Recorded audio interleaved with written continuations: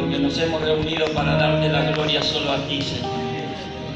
Nos hemos reunido para ser alimentados por tu palabra, Señor. Y vamos a salir renovados de este lugar. Vamos a salir bendecidos y fortalecidos. Dígame y dele palma al Señor. Dele palma, dele palma. Que se escuchen esas palmas. Que se escuchen esas palmas. Alguien que diga gloria a Dios. Alguien que diga aleluya. Y a su nombre.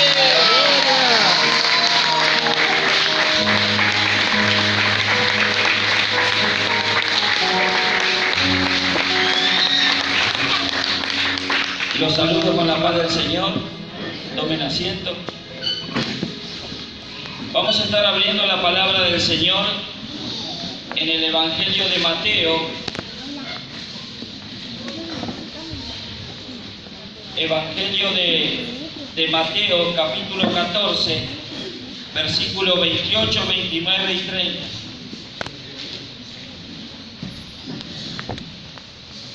Cuando lo haya encontrado, dice, dijimos Mateo capítulo 14, versículos 28, 29 y 30. Entonces le respondió Pedro y dijo: Señor, si eres tú, manda que baje a ti sobre las aguas. Y él dijo: ven. Y descendiendo Pedro de la barca, andaba sobre las aguas para ir a Jesús. Pero al ver el fuerte viento, tuvo miedo, y comenzando a hundirse, dio voces diciendo: Señor, sálvame. Al momento Jesús extendió su mano y asió de él, y le dijo: hombre de poca fe, ¿por qué dudaste? Amén. Quería compartir con ustedes acerca del proceso de la conversión. La conversión es un proceso y está ligada a una decisión personal. Amén. Cuando usted recibió a Jesús en su corazón, ocurrieron algunas cosas maravillosas que tienen que ver con el milagro de Dios. Cuando usted le recibió en su corazón, sus pecados fueron perdonados. Diga amén. Amén. Luego, cuando dio el paso de fe y pasó por las aguas del bautismo, ocurrió algo milagroso. Todo su pasado y toda condenación y toda culpa quedó sepultado en el fondo de las aguas. Dígame. Amén. Ocurrió otra cosa milagrosa, que su nombre fue escrito en el cielo, en el libro de la vida. Y siguieron ocurriendo cosas milagrosas en su vida y en mi vida. Fuimos sellados con el fuego del Espíritu Santo, que según el apóstol Pablo dice que es la garantía, el depósito que tenemos en nuestro interior. Entonces podemos decir confiadamente que somos hijos del Señor. Amén. Podemos decir confiadamente que Él es el camino, la verdad y la vida, y que no hay otro medio por el cual podamos ir. Diga adiós. Amén. Escuche. La conversión es un proceso. Y como es un proceso, usted no se tiene que dar el lujo de mirar ni a la izquierda ni a la derecha. Cuando le estoy diciendo que usted no tiene que mirar ni a la derecha ni a la izquierda, simplemente le estoy diciendo que usted no se tiene que comparar con nadie. ¿Por qué no se tiene que comparar con nadie? Porque usted es una vasija única y exclusiva en las manos del Señor. Irrepetible. Cuando usted nació del agua y del Espíritu, se rompió el molde. Diga amén y déle palma al Señor.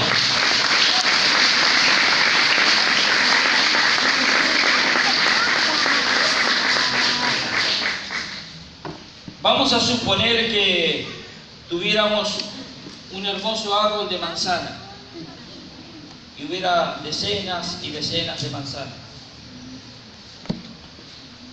Todas las manzanitas no brotan al mismo tiempo. Como no brotan al mismo tiempo, el crecimiento y la maduración es impar. Amén. Amén.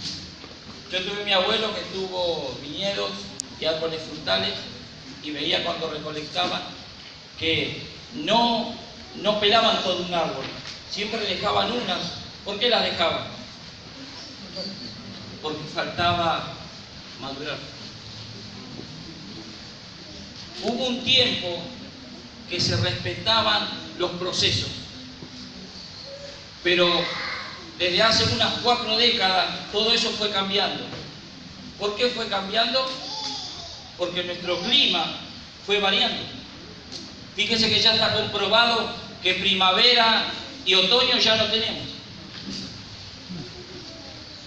Y fíjese que las uvas, la sandía, los melones, a ver, ¿tienen alguna otra fruta de verano? Durazno. Todo lo que tiene que ver con enero y febrero, hoy lo tenemos en el invierno. ¿Cómo es posible que en pleno frío polar tengamos uvas? ¿Y cómo puede ser que en el verano tengamos cítricos? Hoy me asombré que en el fondo del árbol de mi casa estaban cayendo hojas secas. Amén. Amén. Yo cuando era chango, para el 20, le hablo hace 40 años atrás, ayer nomás, dijo algo. Para ser más exacto, Listo Neve.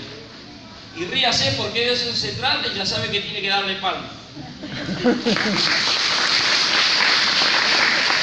Ayer nomás.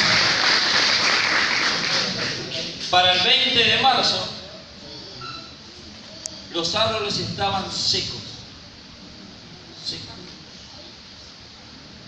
Y para la primavera empezaban a florecer el retoño, ¿no es cierto? Pero vemos que los procesos se han invertido. Por eso usted de repente va a comprar un tomate y el tomate no tiene gusto. Yo recuerdo cuando era chico, usted iba a cualquier cocina de cualquier vecino, partía una manzana y el perfume de la manzana. Pero como los procesos se fueron alterando, vemos la decadencia en la cadena alimenticia de la fruta y de las verduras. ¿Me está siguiendo? ¿Están todos de acuerdo? Me pasan mis ojos. Amén. Pero hay órdenes y cosas que Dios ha establecido en nuestro manual de instrucciones que no deberían ser alteradas. Yo cada tanto me hago esos mate cocidos cuando el agua empieza. Nosotros le llamamos cuando el agua empezaba a hervir, después le empezaron así el agua en infusión. Amén. Entonces cuando el agua está en infusión, usted pone un saquito y saca un té. Pone un saquito y saca un café. Amén. Eso se llama express o instantáneo. En lo natural usted lo puede hacer, más allá que le pueda caer bien, más allá que le pueda alimentar o le pueda engañar el estómago. Pero en las cosas espirituales hay procesos que debemos respetar y esperar. ¿Me está siguiendo? Amén. Hoy con los tiempos que corren, meten un saquito y sacan un apóstol. Meten un saquito y sacan un profeta. Meten un saquito, amén. Amén. Ríase, ya sabe. De la otra manera tarda más. Pero ¿sabe qué? Es más rico. Amén. ¿Sabe lo que es un mate cocido de eso con un pedazo de tortilla? La unción se te metía por los talones. Y a su nombre. Gloria. Escuchen. Escuchen. Nuestra conversión tiene que ver con la voluntad de Dios, pero tiene que ver con una decisión de cada uno de nosotros. Y este es un camino que tenemos que tener paciencia. Como tenía que tener paciencia la uva, porque sabía que hasta los primeros días, los últimos días de diciembre, los primeros días de enero, no estaba madura para ser recolectada. Amén. Como la naranja tenía que esperar su temporada para ser recolectada. Amén. Entonces quiero hablar del proceso de la conversión. Yo vengo de una iglesia donde había mensajes que eran, ¿se acuerdan, pastor, que había los mensajes? Le llamaban hacha y pisa. Recuerdo que en la primera iglesia donde conocí al Señor había un diácono que era retirado de gendarmería y nos tenía todos bien y parecíamos mellizos porque todos teníamos el mismo corte. No es como ahora, vio que hay una variedad. No, parecíamos todos mellizos, todo era el mismo corte. Y él decía, si en el servicio militar se exige buena presencia y cabello corto, cuanto más en el ejército de Dios. Y así lo tenía. Lo único que faltaba que nos dijera cuerpo a tierra y carrera mar y paso de ganso y todas esas cuestiones. ¿Me está siguiendo? Amén. Y si alguno no se ponía de pie cuando se leía la palabra, le brotaba la mostaza y no se soltaba. Y yo me crié en el Señor con esos costumbres, podríamos decir. Pero resulta que un día me voy a Olavarría, a la iglesia wesleyana. Y sabe que la iglesia tradicional wesleyana, ellos leen la palabra de rodillas.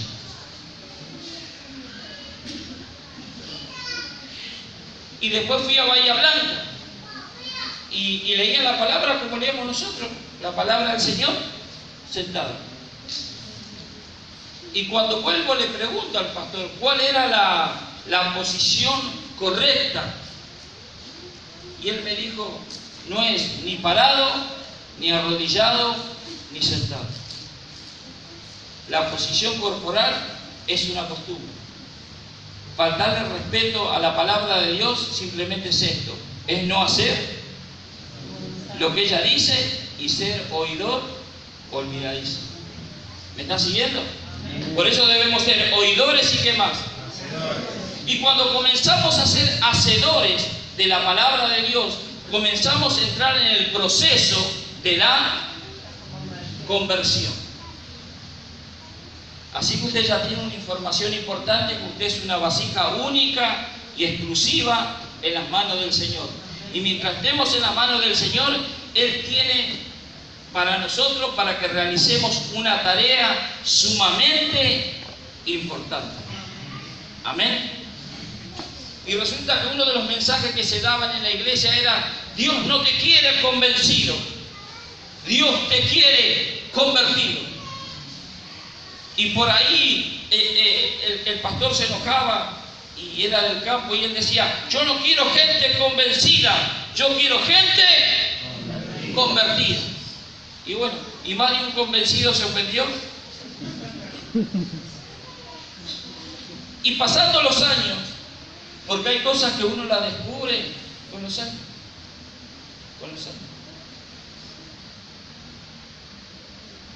Y la primera cosa que el Espíritu Santo viene y hace en tu vida es convencerte. ¿De qué te convence? De que eres pecador. Porque si haríamos una encuesta, ¿cuál sería la respuesta del 99,9% de los encuestados? Yo soy una persona buena. Yo no le hago mal. Creo en Dios. Seguramente allí arriba debe haber algo. Lo que no saben que allá abajo también hay algo.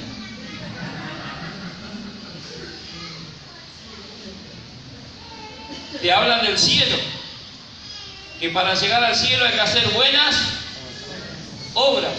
Lo que ignoran es lo que hay abajo y el que los está esperando. ¿Me estás siguiendo? Esto tiene algo de humor, pero también tiene mucho de verdad. En este pasaje vamos a ver que durante 3 años y medio que 12 hombres caminaron con Jesús, ellos simplemente fueron convencidos de quién era Jesús. Ellos simplemente estaban convencidos del mensaje de Jesús. Y algunos de ellos le creían a rajatabla, otros dudaban. Los discípulos alcanzaron su conversión, el proceso de la conversión recién en Pentecostés, cuando fueron llenos del Espíritu Santo. Por eso cada uno de nosotros tiene que buscar la llenura del Espíritu Santo. Por eso alguien llamado Pablo dijo: yo no pretendo haberlo conseguido, y simplemente se consoló diciendo: si soy lo que soy, si hago lo que hago, si me sostengo como me sostengo, simplemente es por la gracia de Dios que habita en mí. En este pasaje que acaba de leer el pastor Javier, dice que Jesús le da una orden a sus discípulos que suban en la barca y que vayan del otro lado. Y él se quedó atendiendo y despidiendo a la multitud. Cuando llegó la noche, en los tiempos bíblicos de Jesús, la noche comenzaba a partir de las 6 de la tarde. ¿Recuerdan que en una ocasión Jesús dijo: ¿o acaso el día no tiene 12 horas? O sea que el día comenzaba de las 6 de la mañana y terminaba a las 6 de la tarde. Por eso habla de 4 vigilias. La primera vigilia era de 6 a 9, ¿me está siguiendo? Amén. La segunda vigilia era de 9 a 12. La tercera vigilia era de 12 a 3 de la madrugada. Y la cuarta vigilia de 3 a 6. Y llegando la noche, el Señor ya había despedido a la multitud. Y dice que subió a la montaña a orar. ¿Para qué Jesús subió a la montaña? A orar. Y dice que allí él se encontraba solo y pasó toda una vigilia, una jornada de 12 horas en oración. El Señor va a provocar algunas cosas en tu vida. Todo lo que Dios provoca es para tu bendición. Y te puede doler. Todo lo que Dios provoca es para tu fortaleza y te puede faltar. Y todo lo que Dios provoca es para tu crecimiento. Y cada vez que vamos creciendo, estamos acelerando el proceso de nuestra bendita conversión.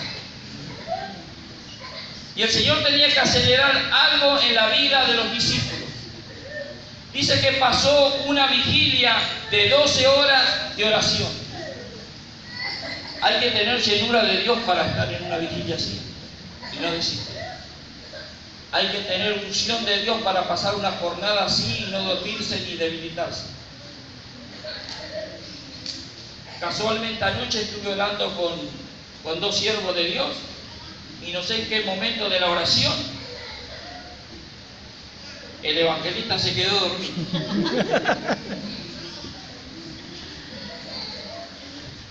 Roncoré y lo intenté, y esta noche lo voy a seguir intentando. Escuchen, aquí hay un detalle muy importante. Dice que él baja de la colina y se encuentra a la orilla del mar.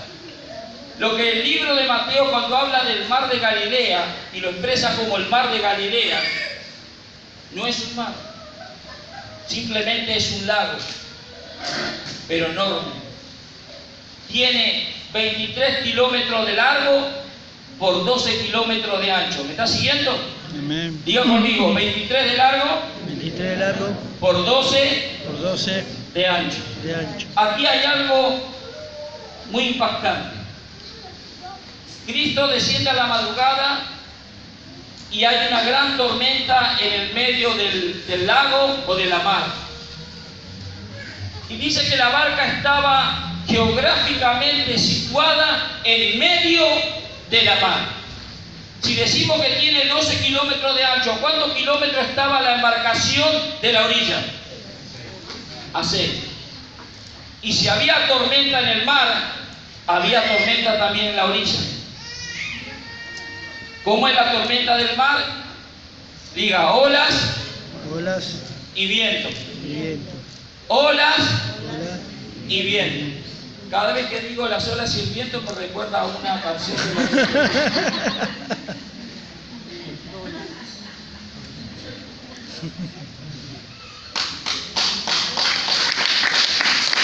Alguien que diga gloria a Dios. Gloria a Dios. En un rato la vamos a cantar, aunque sea en estribillo. Y no es pecado. Escuchen. Cristo ve con tal precisión en medio de la oscuridad, a 6 kilómetros, las olas que querían dar vuelta a la embarcación, el viento que la giraba, pero él vio algo con gran precisión, que los discípulos remaban fatigados y no podían avanzar porque el viento le era de forma contraria. ¿Alguno ha caminado en algún camino por el campo contra el viento? Algo impresionante. Nosotros en Olavarría, Bahía Blanca, nos teníamos que bajar de la bicicleta porque no avanzamos.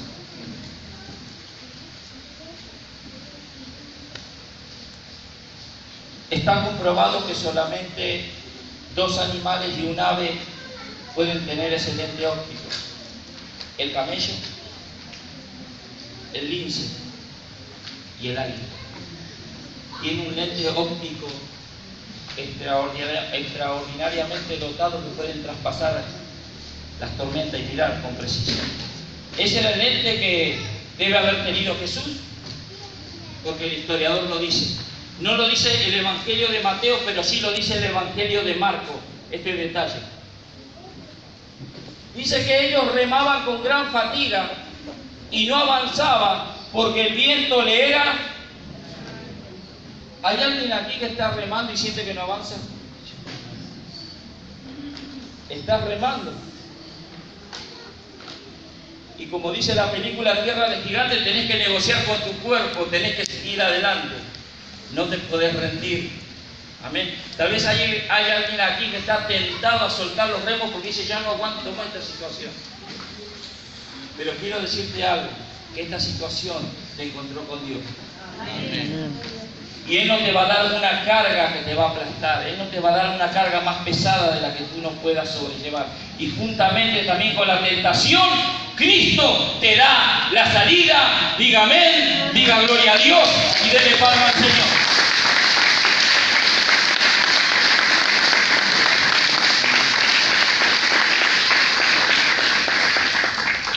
Y al Cristo humanizado se le ocurría cada cosa. ¿Qué ocurrencia tenía el Señor, no? Porque tenía la fe para hacerlo. Mire lo que se le ocurre al Señor. Podía haber orado y reprendido al mar y al viento desde la orilla. Hubiera sido más fácil, ¿no? Podía haber mandado ángeles que traigan la embarcación a tierra. Pero sin embargo a Él se le ocurre poner un pie en el agua y poner el segundo y el tercero e ir caminando a socorrer a los discípulos. En un momento de tantas veces de leer este pasaje me pregunté, ¿por qué causa no soltaron los remos? Y humildemente llegué a esta conclusión. Ellos no soltaron los remos porque fue Cristo quien le dio la orden, vaya del otro lado. Cada vez que Él te indica algo, cada vez que Él te ordena algo, es porque lo vas a lograr. Y cada vez que Él te diga que vayas a tal lugar, vas a llegar simplemente porque Él te lo dijo y porque Él dio la orden. En un momento Él envía a los 12 en una gran misión y volvieron gozosos. ¿Cómo volvieron? Gozosos. Y les preguntó, ¿le faltó algo cuando los envié? Y llenos de gozo y asombro dijeron, nada, Señor, nada nos ha faltado. Ellos estaban remando. ¿Cuánto puede tardar una persona en lo natural caminando 6 kilómetros? Pastor, ¿qué dice? ¿Cuánto tardaría usted?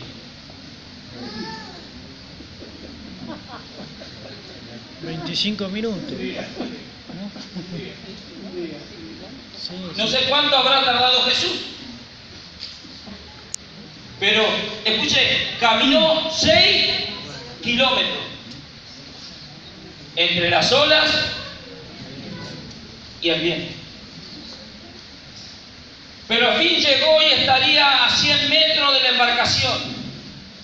Y cuando ellos visualizaron a una persona entre las olas y el viento, dice que se llenaron de temor, de pánico.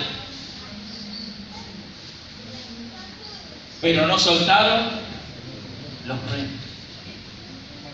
¿Amén? ¿Por qué gritaron de pánico y de miedo? Porque había una superstición.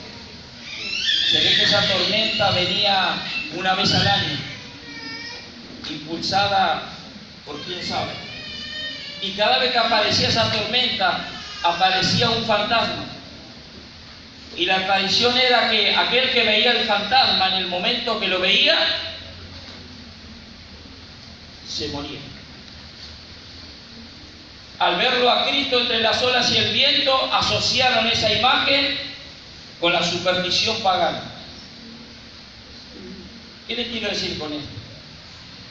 Que usted que está alcanzando su conversión, usted que está caminando en dones y talentos, usted que está sintiendo la presencia del Señor, usted que viene y tiene esa maravillosa bendición de tener experiencia con el Espíritu Santo. Hay alguien que está a tu costado, hay alguien que está atrás y hay alguien que está adelante que no tiene eso todavía. Amén. Porque está caminando en su proceso.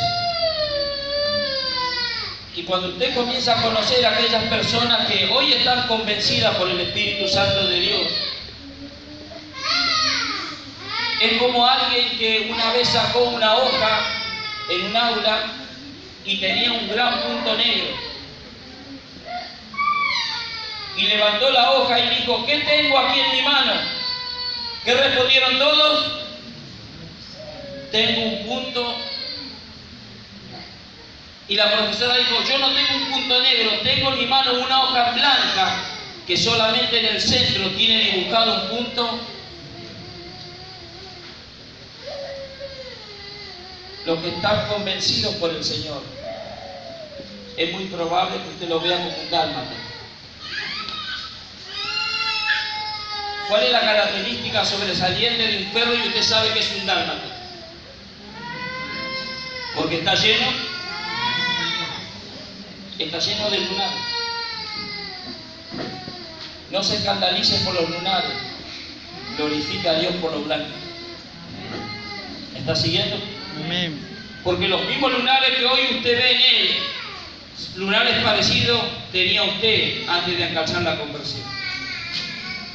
Y como Dios tuvo paciencia y misericordia con usted, de la misma manera tenemos que mirar a los que están convencidos y todavía no entraron en el proceso de conversión. Si vemos las características de los discípulos, ¿qué características tenía Tomás? Antes de que fuera lleno del Espíritu Santo. Parece que era como una persona media negativa. Tomás era la persona negativa del grupo. Siempre le estaba buscando la quinta pata. Tomás nunca terminaba de saber cuántos pares eran. Y siempre que lo mandaban a comprar, siempre le faltaba 5. Así era Tomás. Y Felipe, según la palabra, dice que era irónico Felipe. Tenía mucha ironía Felipe. Se ve que a los demás los miraría por arriba. Amén. ¿Y cuál era la característica marcada del discípulo más famoso de Jesús llamado Pedro? ¿Cuál era la característica que tenía Pedro? Era un dulce. Lasi le decían. Pedro era bravo. Y encima estaba calzado con 2 espadas, Pedro. ¿Recuerda cuando lo vinieron a arrestar a Jesús? ¿Quién fue el primero que sacó la espada? Y sabe que Pedro no le cortó la oreja por casualidad, quiso cortarle la oreja.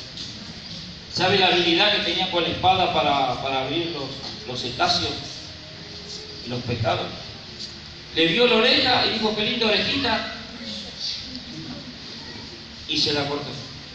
Si le hubiera apuntado la cabeza quedaba como calculín. O sea que si usted iba al barrio de Pedro, no de Pedro Benítez, de Pedro el Galileo, y veía a uno que le faltaba la oreja, este se metió con Pedro. Pedro era bravo. Ahora una pregunta, lo que habrá soportado Mateo en el grupo, ¿sabe lo que era tener en el grupo un recaudador de impuestos?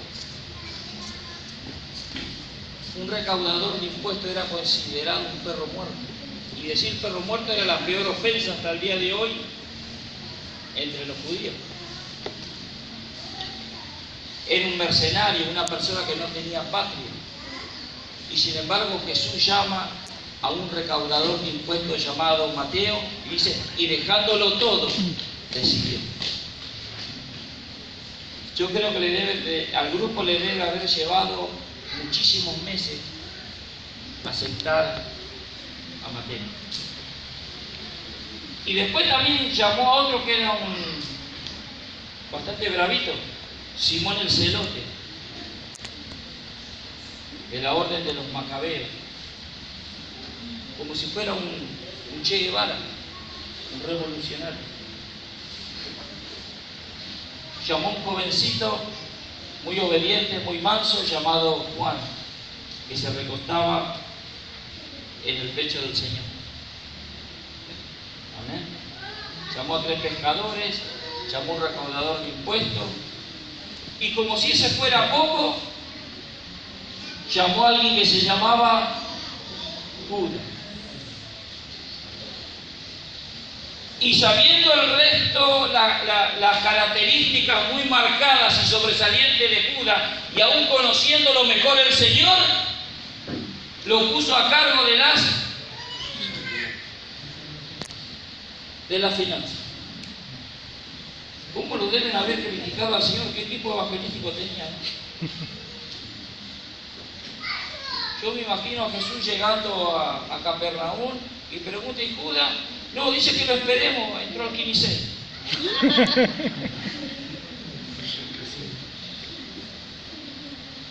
Porque el que está convencido y no está convertido tiene lunares negros. Lunares negros que lo van a ver en la casa, lunares negros que le van a ver en el barrio, pero cuando entra en el proceso de la conversión, agarrate, Catalina, porque los ojos le van a quedar así. Amén. Por eso el Señor tiene que provocar cosas en nuestras vidas para llevarnos a un arrepentimiento. Por eso el Señor tiene que provocar circunstancias, y gracias a esa bendita circunstancia este lugar se llama Quillo. Gracias a esa bendita circunstancia tenemos un matrimonio uruguayo. Gracias a esta bendita circunstancia usted está aquí. Gracias a esta bendita circunstancia Dios trajo a alguien llamado Leiker y estamos saliendo a toda Latinoamérica. Y nos vamos a expandir sin límites.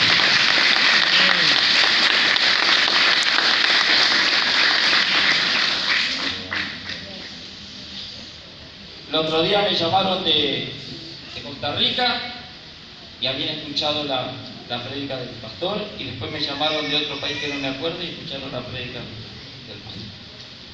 Así que desde aquí estamos mandando, hágase, le estamos mandando saludos a todo el continente. Amén. Ríase y dele palma al Señor. y nos vamos a expandir. Durante 2 años transpiraba gritando esta frase, porque la trajo el Espíritu Santo. Amén. Amén. Y dice que entraron en pánico y gritaban los 12. Y Cristo hizo como que pasaba de largo. ¿Por qué Cristo caminando sobre las aguas, en medio de las olas y el viento, Cristo hizo que pasaba de largo? ¿Qué hubiera hecho si Cristo de una se metía en la barca? ¿Qué hubieran hecho? Y simplemente dijo, no temáis, yo soy. Y de los 12, el que calzaba las 12 espadas, el de carácter tremendamente fuerte y irascible, dice que reconoció su voz. Y reconociendo su voz le dijo, Señor, si tú eres, manda que yo camine. Y escuchó la voz que le dijo simplemente, ven. Cuando Pedro suelta el remo, ¿qué le habrá dicho Mateo? ¿Qué le puede haber dicho Judas? ¿Qué le puede haber dicho Tomás? Bartolomé. ¿Qué le puede haber dicho Juan? Pero vos estás loco, ¿cómo vas a salir? ¿No te das cuenta que te vas a ahogar? Y yo creo que Pedro le dijo, pero yo reconocí la voz, le pregunté y él me dijo que vaya, y yo sé que es el Señor. Pero Pedro, ¿vos estás seguro que es el Señor? Pedro, ¿vos realmente crees que el Señor te habló o te parece que el Señor te habló?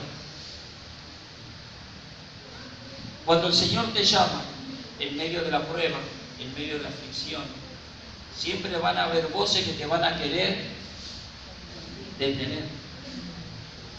Voces que te van a querer hacer dudar de lo que el Espíritu Santo está poniendo en tu corazón.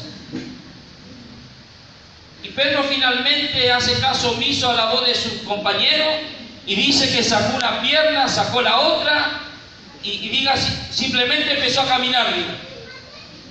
Diga conmigo, simplemente empezó a caminar. No sabemos qué distancia caminó desde la embarcación hasta Jesús. No sabemos si fueron 20 metros, 30 metros, 50 metros. Lo importante es que dice que Pedro caminó. Amén. Pero una recorrida. Cuando Pedro empieza a caminar, ¿qué deben haber pensado los que se quedaron en la embarcación? En cualquier momento, porque es lo lógico de una mente humana. Amén. Estaban esperando que Pedro se hundiera.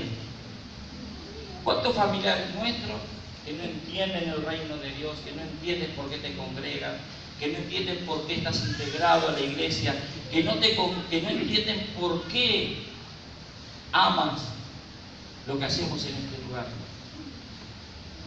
Están esperando que te vaya mal. Están esperando que te hunda. Porque hay gente que, aunque tú no lo creas, siente por ti algo negativo que se llama envidia, que se llama celo. Dice que mientras Pedro caminó, Jesús estaba esperándolo, y dice que mientras Pedro fijó su mirada en Jesús, dice que ni las olas ni el viento detuvieron su marcha. Por eso el apóstol Pablo dice, puesto los ojos en David, puesto los ojos en Moisés, puesto los ojos en Abraham. Por eso Pablo dice, digamos todos juntos, puesto los ojos en Jesús, el autor y consumador de la fe. Amén. Y Pedro se confió, cosa que no ha pasado a más de uno. Empiezas a confiar en tu conocimiento, empiezas a confiar en tus fuerzas, en tus habilidades, Y sin darnos cuenta, de a poquito empezamos a nos empezamos a independizar de la mirada de Cristo. Levanten la mano los obreros del Señor, todos los que servimos aquí al Señor. Todos los que servimos al Señor, y con todo respeto, deberíamos ser las personas más llenas de Dios que hay sobre la tierra. ¿Me está siguiendo? Nosotros somos los más necesitados de Dios. Está bien toda la labor que estamos haciendo a nivel ministerio, pero no debemos descuidar eso que hizo Jesús, de apartarse para tener comunión con el Padre. Alguien dijo, y es una frase gastada, que dice que debemos ocuparnos de la obra del Señor, pero también tenemos que apartar tiempo para estar con el Señor de la obra. Porque cuando el Señor los llamó primero para que estuvieran con Él, y luego los capacitó, y luego le dio autoridad, y luego los envió. Eso nos dice claramente que aquel que llama, Dios capacita. Al que capacita, Él respalda. Y al que respalda, el Señor también provee. Amén. Amén. Y Pedro se confió, desvió la mirada de Cristo y comenzó a mirar las olas. Vamos de nuevo. Comenzó a mirar las olas, y cuando comenzó a hundirse, yo estoy seguro que el diablo debajo del mar le empezó a hacer su cundún, y lo empezó a tirar para abajo, hasta que el agua la tenía hasta el cuello. Y cuando vio que sus habilidades de un pescador marítimo no alcanzaban, Pedro le dijo, Mateo, ayúdame. Pedro le dijo, Tomás, ayúdame. Perdóname que no te creí cuando me dijiste que me iba a hundir. Felipe, ayúdame. ¿A quién le clamó Pedro cuando se estaba hundiendo? Jesús. Le clamó al que le llamó. Que nuestra confianza siempre pueda estar puesta en Jesús. Amén. Y si Él permite que un mortal, o que tú sientas que te ha fallado, Él lo permite, para que nuestro fundamento esté en Dios y no en las capacidades de los hombres. Y al momento que Pedro le clamó y le dijo, Señor, sálvame, que perezco. Algo maravilloso. Al instante Cristo se acercó, le tomó de la mano, y antes de levantarlo le dijo, ¿por qué dudaste? ¿Venías también caminando, Pedro? ¿Se te veía tan coqueto caminando? ¿Por qué dudaste? Desviaste tu mirada y te hundiste.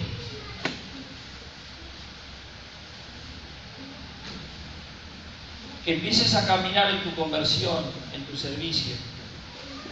Eso no te garantiza que te puedas hundir, pero sí te garantiza que al momento que le clames, Él va a venir y te va a levantar.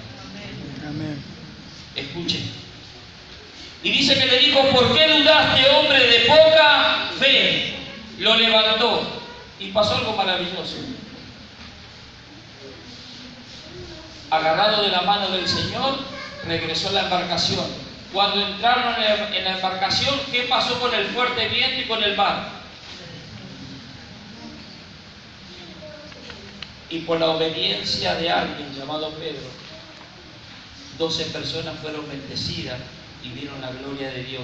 Si Pedro no se hubiera animado a salir, el resto no hubiera visto la gloria de Dios. ¿Me está siguiendo? Amén. Amén.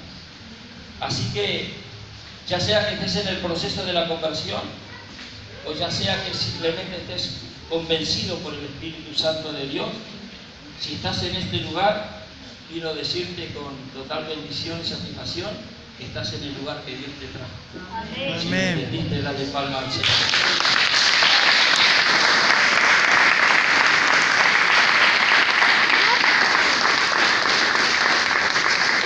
Cada tanto me encuentro con personas que comenzaron a caminar y en algún momento de su vida simplemente como Pedro, se hundieron. Casualmente venía caminando y un remisero que durante muchísimo tiempo le llevaba a mi padre a cobrar al banco, me dice: ¿para dónde vas? Voy para Villa Hidalgo. Casualmente yo tengo que ir del otro lado, te llevo, me dice. Y me bajó en la esquina, y antes de bajarme en la esquina, un creyente apartado, que se hundió y se quedó ahí. Digo: ¿cómo te llamas? Fernando. Fernando, te quiero contar un testimonio. Un siervo del Señor, en un momento de su vida iba caminando y por mirar las circunstancias desvió su mirada del Señor y se hundió y lo perdió todo. Cayó en pozo depresivo 3 años y medio. Y mientras le iba contando de este siervo, es como que se sintió como identificado, se sintió tocado.